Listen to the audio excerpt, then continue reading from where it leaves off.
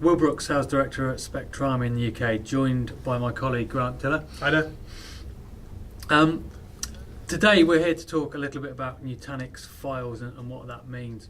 And the reason I think it's important to talk about this is in the as hybrid cloud becomes more part of people's strategy in organisations looking at their unstructured data, they don't necessarily want to move that out into the public cloud.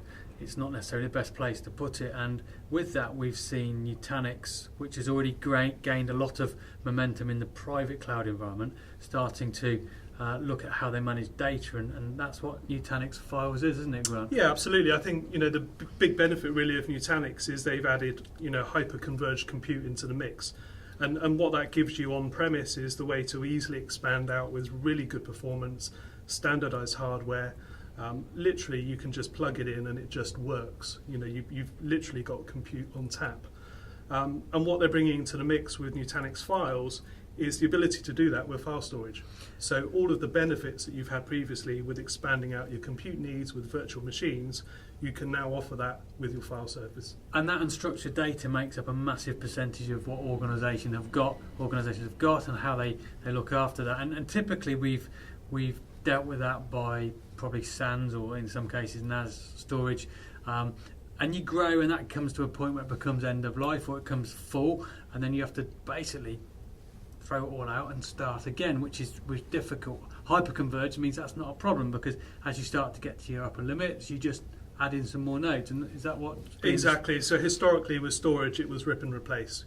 As you fill up a hard disk, you need to throw it away and stick another one in that's bigger or faster or more reliable. What you can do with hyperconverge, and the same as we've spoken in previous sessions about elasticity, you can bring that elasticity into the mix with your file storage. If you need more storage, you just add another disk in, be that SSD or the more legacy spindle if you don't need the performance. Point it into the hyperconverged session.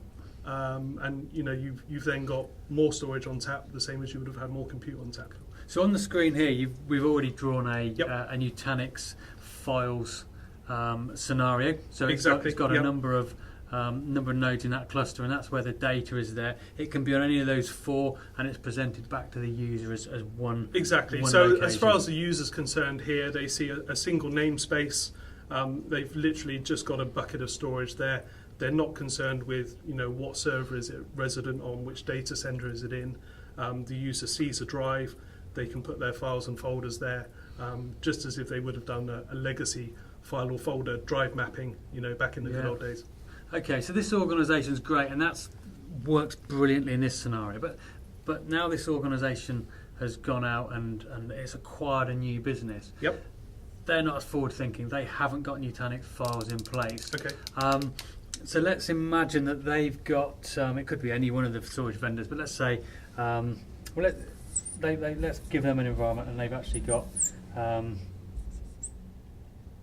let's give them a NetApp filer in there. Yeah, Yep. and it's got terabytes of unstructured data on here, and that's presented out to their users like this, which is fine, and that works very well for them. But now there will be data here that these users want to see, and users here. So there's now going to be challenges about how this is presented. But is there a simple solution to this? Yeah. So I think from our perspective, our solution would be peer software. You would put a peer agent on each one of these instances, and that peer agent basically will sit between the user and the storage, and it will make sure that the user sees that storage, again with the single namespace that we were talking about in the Nutanix cluster earlier on. The benefit is the synchronization. So what we can now do is sync between these two sites, real-time replication, so you're not into backup windows and delays. You can sync the data between the two sites, all or selectively. And it means the users still connect to that single namespace, but they're no longer now burdened by having to think, what server do they go to get to the data? Excellent. So that's really powerful in this scenario.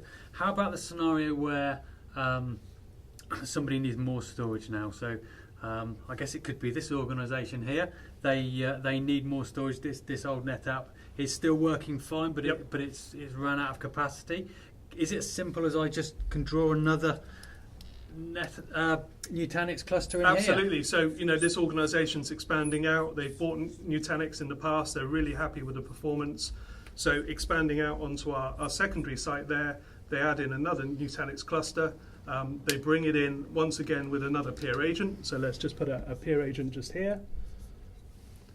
And once again, in the central management console, we can set it up so the user only sees one instance of storage, and we can start using the new storage that's offered to us in the Nutanix Files cluster as we move forward.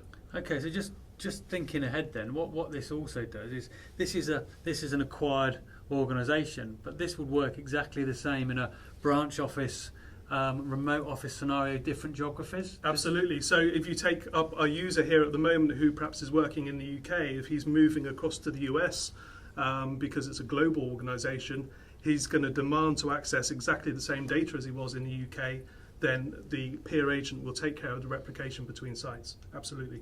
Brilliant. Really, really strong solution. If you want to learn more about peer software, then please get in touch with us at Spectrami. Perfect.